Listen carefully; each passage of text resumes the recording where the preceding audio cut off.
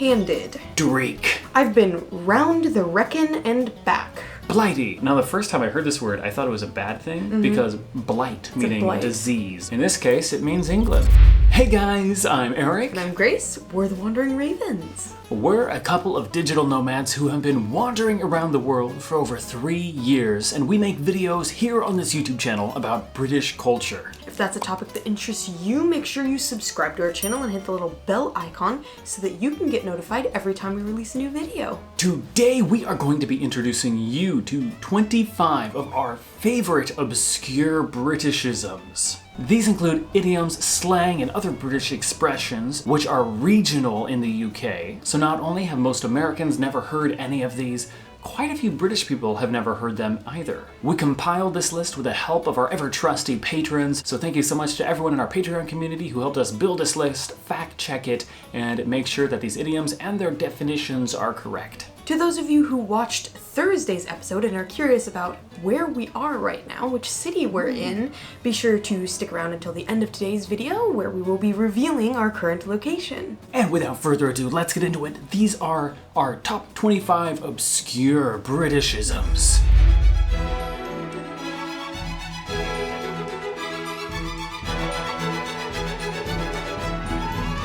Half-soaked. This is a phrase you use to describe someone who is a bit dim-witted or slow. Shank's pony. This just means using your legs to walk somewhere. For example, I'm gonna take Shank's pony down to the shop. Mardy. You call someone Mardy if they're being grumpy or moody. For example, Grace, quit acting like a Mardy teenager. But I wanna. He's lost the plot. Meaning, he's crazy. Did you see how much money my friend Bob spent on tobacco last month? He's lost the plot. It's the social distancing. It'll make everyone lose their plots. Yes, we're all losing our plots right now. Trunky want a bun. This is a question, if I understand correctly. Trunky want a bun? Yeah, like Trunky want a bun? Trunky want a bun? This is what you tell someone if they're being a little too nosy. Imagine an elephant with a really long trunk, sniffing around for details. So if you have a friend who's prying into your private life, just tell them, Trunky want a bun? Job's worth. This word is used usually in a work setting and applies to an individual who is a stickler for the rules, like very anal, very detail-oriented, like you have to stick to the rules at all costs, above all else. They are a job's worth. To get wrong. This means to get into trouble. For example, if I'm in high school and my mate tells me, hey, let's leave early, I can say, hey, I can't do that, I'll get wrong. As much use as an ashtray on a motorcycle. I like this one. This one's pretty self-explanatory. It just means you're not very useful at all, or the situation is not very useful at all. Whatever is being suggested is not useful. You might say, I'm as much use as an ashtray on a motorcycle when it comes to gardening or cooking. Oh, that's a good, I just made that up now. I think that's right. Put the wood in the hole. This is Yorkshire slang for shut the door. Oh, there's a draft. Put the wood in the hole. I like that. I really like that. That's a That's good one. funny. Yeah. What's other interesting Yorkshire slang that you know of? Because I feel like they probably have a bunch of good slang over there in Yorkshire. Yeah. If you have any that you know, comment it down below. Well, I'll go to the foot of our stairs. This is an expression of surprise. If someone tells you something that's shocking, either in a good way or a bad way, you can respond with, well, I'll go to the foot of our stairs. I wonder what the origins of this one are. It's black over Bill's mother's. This is Midland slang for there's a storm coming in, a storm's brewing. And the history behind this phrase goes all the way back to Shakespeare. Because the Bill in this idiom is Shakespeare himself, and mother refers to Bill's mother, and mother's, the possessive item, is her house. Because Shakespeare's mother's house was outside of Stratford-upon-Avon, if a storm was coming up, you would say, oh look, it's black over Bill's mother's house. That's really interesting that it's still used today as well. That's cool. And from what I understand, it is used in other parts of the UK as well, not just in the Midlands. So if you are using it up in the north, for example, you gotta have really good eyesight to see a storm over Bill's mother's. What's that when it's at home? Or, who's he when he's at home? This idiomatic expression has two meanings, which vary depending on where in the UK you are. The first meaning is used when someone says the name of a thing or a person and you don't know the definition or who that person is. So if Grace tells me a fancy new word like marsupialalis, I can say, what's that when it's at home? Or if she tells me the name of someone I've never heard of, like Bruticus Marcentius. You know, my first husband. He was an Italian gentleman. Then I might say, who's he when he's at home? And basically this just means, I don't know what this means or who they are. I'm surprised at that fact. Please tell me more. The second meaning is used when someone says something using ostentatious language, very flowery language, over descriptive or something like that. And you can say, oh, what's that when it's at home? Meaning, please use plain English, please. So when the doctor comes in and says, okay, I've got some bad news for you, and then proceeds to give you a 5-minute explanation of your condition in massive words that you have no idea what the meanings are, you can respond with, oh, and what's all that when it's at home? Meaning, please say it again, but in words that I understand. Screw you, Doc. I'm perfectly healthy. They are in the kidney. This just means they're in the know. They know what's up. Yes. Yeah. What's poppin'? Blighty. Blighty. Blighty. Blighty. Blighty. From what I understand, the word blighty means England. It's synonymous with England or the island of Britain. Now you guys can correct us if we're wrong on that one. That's just the impression that I've gotten from everything I've learned about this word, is that it is synonymous with England or Britain. One of those two. Let us know which it is. So you wouldn't catch a Northern Irish person saying blighty, and if it refers to specifically England, you wouldn't catch a Welsh person or a Scottish person saying blighty either. Now, the first time I heard this word, I thought it was a bad thing, because blight, you know, the word blight, Yeah, it's meaning a blight. disease or It's a bad thing. Yeah, bad marking. But He's a blight on society. so I was surprised when I heard that actually means home or England and has a positive connotation. Good old blighty. Yes. If he fell in shit, he'd come up smelling of roses. As you should be able to tell from this idiom, it just means that you are an extremely lucky person. I want to come up smelling of roses when I fall in shit. I don't want to How fall in often do shit you to fall begin in with, shit? though. Not often. Not Shite often. or shite? Do British people say shit or do they just say shite? Or is shite specifically... Okay, so I've heard people say shite in, like, Northern Irish film. Stuff like that. So maybe it's regional in the UK. Yeah, I think it might be regional. Is the Okay. word shite regional? For some reason, the word shite doesn't sound nearly as harsh as the word shit. It sounds not as bad. It sounds like Yeah. crap. Crap, shite, and then shit is another level down. Is another level of bad. Also, is the word feck synonymous for the F word? Feck. That's Feck. another one I've been wondering about, because the word feck doesn't seem to affect ratings. Movie ratings, TV ratings. The word feck doesn't affect. You're ridiculous. Whereas the F word would affect ratings, I think. Yeah. Oh, Oh man. man, we're doing terrible at this. Alright, continuing. Dreek. This just means dreary or bleak. During winter, most of the weather in the UK is very dreek. It's looking a bit dreek today. And fittingly, this word is a slang Scottish word. Within the UK, who do you guys point to and say, ah, their weather is the dreekest? Did I probably just used that incorrectly. You did, definitely. Oh, I think that the Welsh probably have the nicest weather, because I've heard people talk about going camping in Wales. Like, I've heard this said all the time.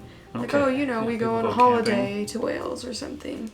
So maybe you have the least dreek weather in Wales. Shattered. This means that you're extremely tired. So if you pull an all-nighter down at the pub, you go right to work the next day, and then you pull another all-nighter down at the pub because, you know, you're from the UK, you might be shattered.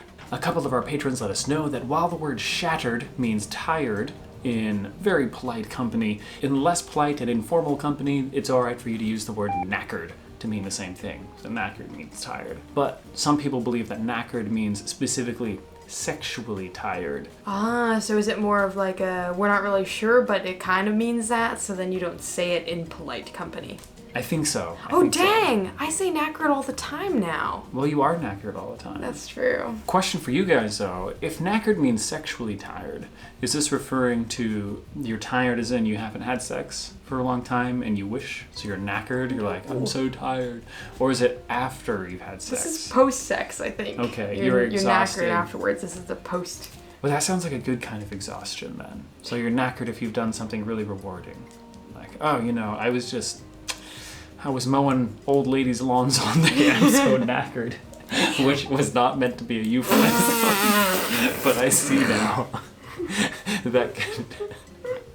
Anyways, moving on. Mutton dressed as lamb. I think this one is hilarious because it is referring to an older woman who is dressing as a younger woman. So if she's wearing clothes that are typically associated with a woman much younger than herself, she is mutton dressed as lamb. I've been round the reckon and back. This is what you say when you've just spent a long time looking for something which was right under your nose. Oh, I do that all the time. That's like the story of my life. It's just going round and round and round the reckon. This idiom is Midland slang and comes from this very tall hill in Shropshire, which is called the Wrekin. So to be round the Wrekin and back means to go and walk around this steep hill and back again. I'm sure it's a lovely walk. It is. But not when you're looking for your car keys. Shuggle. Shuggle it. This is Scottish slang meaning to shake something off. And I think it kind of sounds like that. Yeah, you gotta like just shuggle it off. Shuggle it off a bit. If the key's stuck in the keyhole, you just shuggle a little bit and it'll come out. Near the knuckle. This means that something is verging on indecent or obscene. Off the top of my head, an example of where you might see this used is, imagine a teenage daughter walking into the living room and mom's there, and mom sees what teenage daughter is wearing, and mom says, not in my house are you wearing anything near the knuckle like that. Yeah, that is an example work? that definitely comes to mind based off of like an American upbringing, because that's very, that scene is portrayed a lot in movies, stuff like that. They're like, no daughter of mine is leaving the house looking like this. Is that something that's common in British shows and movies as well? Oh yeah, like is that something that happens scenario, in British households? Like her sleeves should be down to here. She should be wearing non-fingerless gloves. Yeah, but the fingers are risque, guys. You got to keep those things covered up. Like shit off a shovel. This just means to go really fast, and where did this one come from? I'm curious. So the history behind this phrase is really colorful. Basically, back in the day when there were coal-powered trains, you'd have the engineer who was shoveling coal into the engine, into the furnace, and what they would do if they were having a bathroom break, you couldn't just step off the train and take a poo, so what the engineers would do is they would actually poo directly onto their shovels and then throw it into the fire as quick as they could. And because coal is very powdery, their shovels were covered in coal powder. So when they shit on their shovel and then threw it into the fire, the poo came right off without sticking. So it's like shit off a shovel. It means it's going real fast. That must have been a smelly train. Yeah. And an additional fun fact, which may or may not be true, I haven't verified it yet, is that when it came time to eat, they would stick their shovel in the steam, to get their shovel nice and hot, and then cook breakfast on it, because it'd be hot enough for cracking an egg. So you'd shit and cook with the same shovel. And work. Wow. Talk about an all-in-one tool. Yeah, it's like a Swiss Army knife. Yeah. Right there. Cack-handed. This means to be either left-handed or to do something in an awkward or clumsy way. Like if I'm pouring my coffee and I spill, I would say, that was a bit cack-handed. I'm always cack-handed then, in that case, because I'm always being very clumsy. Does this only refer to things that you're doing with your hands, though, or can it refer to you being clumsy with your feet, too? Could you say I'm cack-footed?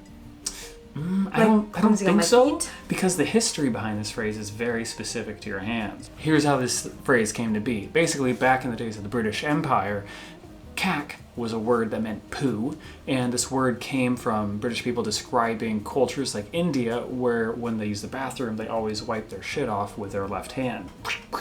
And so if you're cack-handed, it means you're left-handed because it's your poo hand. Okay, alright, that makes sense. Poo hand, cack hand, shit hand, same thing. Thick as two short planks. This just means to be very stupid. I know a lot of politicians that are thick as two short planks. Now before we reveal our new location to you guys, a huge thank you to our chuffed virtuosos, Jonathan Ketty and Rachel and Gary Smith. We couldn't have made this video without you guys. Okay, now time for the big reveal. Which city are we now living in? Oh, I have an idea. Maybe we shouldn't tell you, we won't actually tell you. We'll just put the camera out the window and see if you can guess. But we told them we'd tell them. Okay, well, all right, we'll show you. And then if you guess it right, Yeah, you can drop your guess down below, and then we'll tell you after we show you. That way we do both. Yes. Yes. All right, here's our street. Okay, so here, let's walk over here to the window. Can you pop that window open for me? Right. Okie doke. And even this one too. Here we go.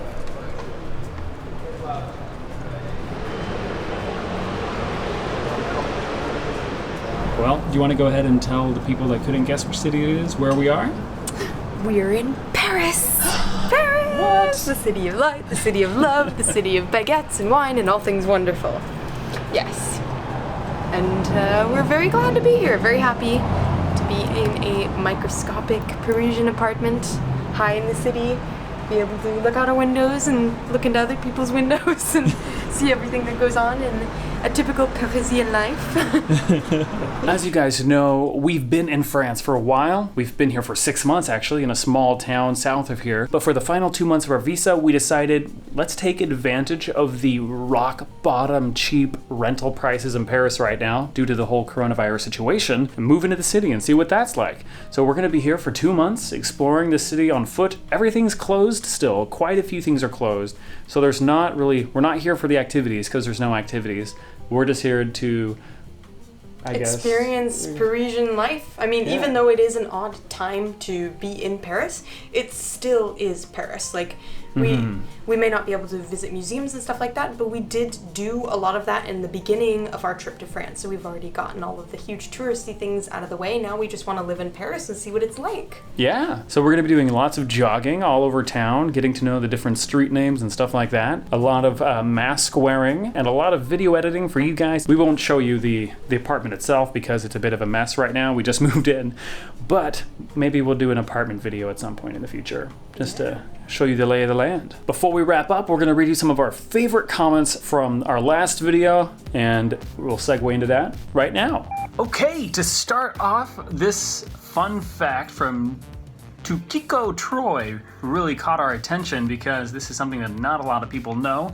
Fun fact, rather than placing the hand over the heart when reciting the Pledge of Allegiance in US schools, the kids used to, well, nowadays we would call it a Nazi salute. It kind of fell out of favor when the whole fascist thing kicked off and was replaced with a much less contentious hand over heart. In 1892, when the Pledge of Allegiance was written by a guy called Francis Bellamy, he suggested that the flag be saluted while the pledge was being recited, and the salute he suggested for that was the arm out, palm down or up like this, salute.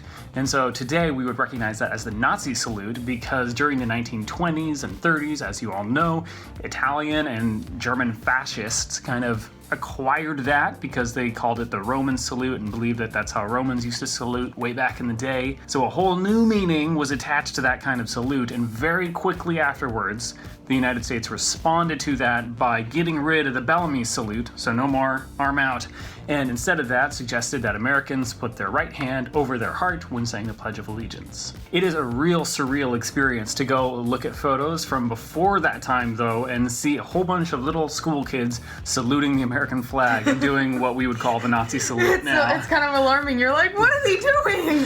What does this mean? Were we the baddies? Yeah. Apropos of nothing, I thought this might amuse you. When I first visited the US with my father in 1984, we went into a cafe and looked at all the individual items on the menu. Dad said, hey, you can get egg, beans, and chips here like at home. I got a boiled egg, something that definitely wasn't baked beans, and a packet of crisps. Thank you for that comment, Simon. That was very amusing, and I'm very sorry you probably have some childhood trauma as a result of this. Visit the States again, and maybe you'll be able to find a full English breakfast at the next cafe you go to. From Laura Floors, your channel is gonna explode. It's just a matter of time. I'm happy to be a part of it while it is still small. Aw, thank you so much for the encouragement, Laura. We are so glad for you to be a part of our channel as well. We're so happy to have you here. Each and every one of you guys, really. Some French people yelling on the other side of this wall. Anne Friend Cool said, I don't know if you guys can hear this, but it's pretty funny. Infran Cool says, my sister and brother-in-law in Florida call an electric kettle a tea kettle. I keep explaining to them that it's just a kettle that boils water by electricity as opposed to putting a kettle on gas hob to boil water. I explained about a teapot, did not tell them about a tea caddy. I think that would have been too much information for them. Well, we're about to lose a lot of face right now because the reality is that Americans call kettles, both electric kettles and just hob kettles, most people call them teapots. We don't even really use the word kettle, I think. I had never really heard that word until we started making British friends. I'm gonna make it even worse. Okay, so an electric kettle. I have heard it called, and I have myself called it, a hot water boiler. Hot water boiler. Yeah, so that's just like a mouthful. That's so long. Hot But water even boiler. instead of just electric kettle, hot water boiler. Will you turn the hot water boiler on? There we go. Yeah, it is what it is. Speaking of tea, a lot of commenters wondered if America's low voltage is to blame for why most Americans don't have electric kettles. For example, this comment from John Smith, which says, does the lower voltage in the US mean kettles take longer to boil? I wonder.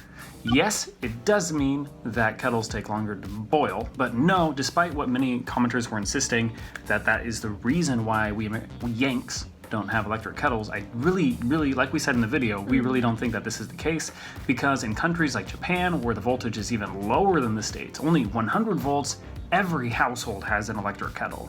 So we think it's more of a culture thing. Most Americans don't know that electric kettles are an option. They haven't seen them, or if they have seen them, they're not bothered enough by how they're currently heating water on the hob or in the microwave to go out and buy a new appliance. Again, I'm Eric. I'm Grace. We're the Wandering Ravens. And we have a personal goal of hitting 15,000 subscribers on this channel by the time June rolls around, and it's coming up, so if you want to help us meet that goal, make sure you subscribe. And if you enjoy our content and you want to help us make better videos more often, do consider joining our Patreon community, link in the description. We will see you guys in the next video. Bisous!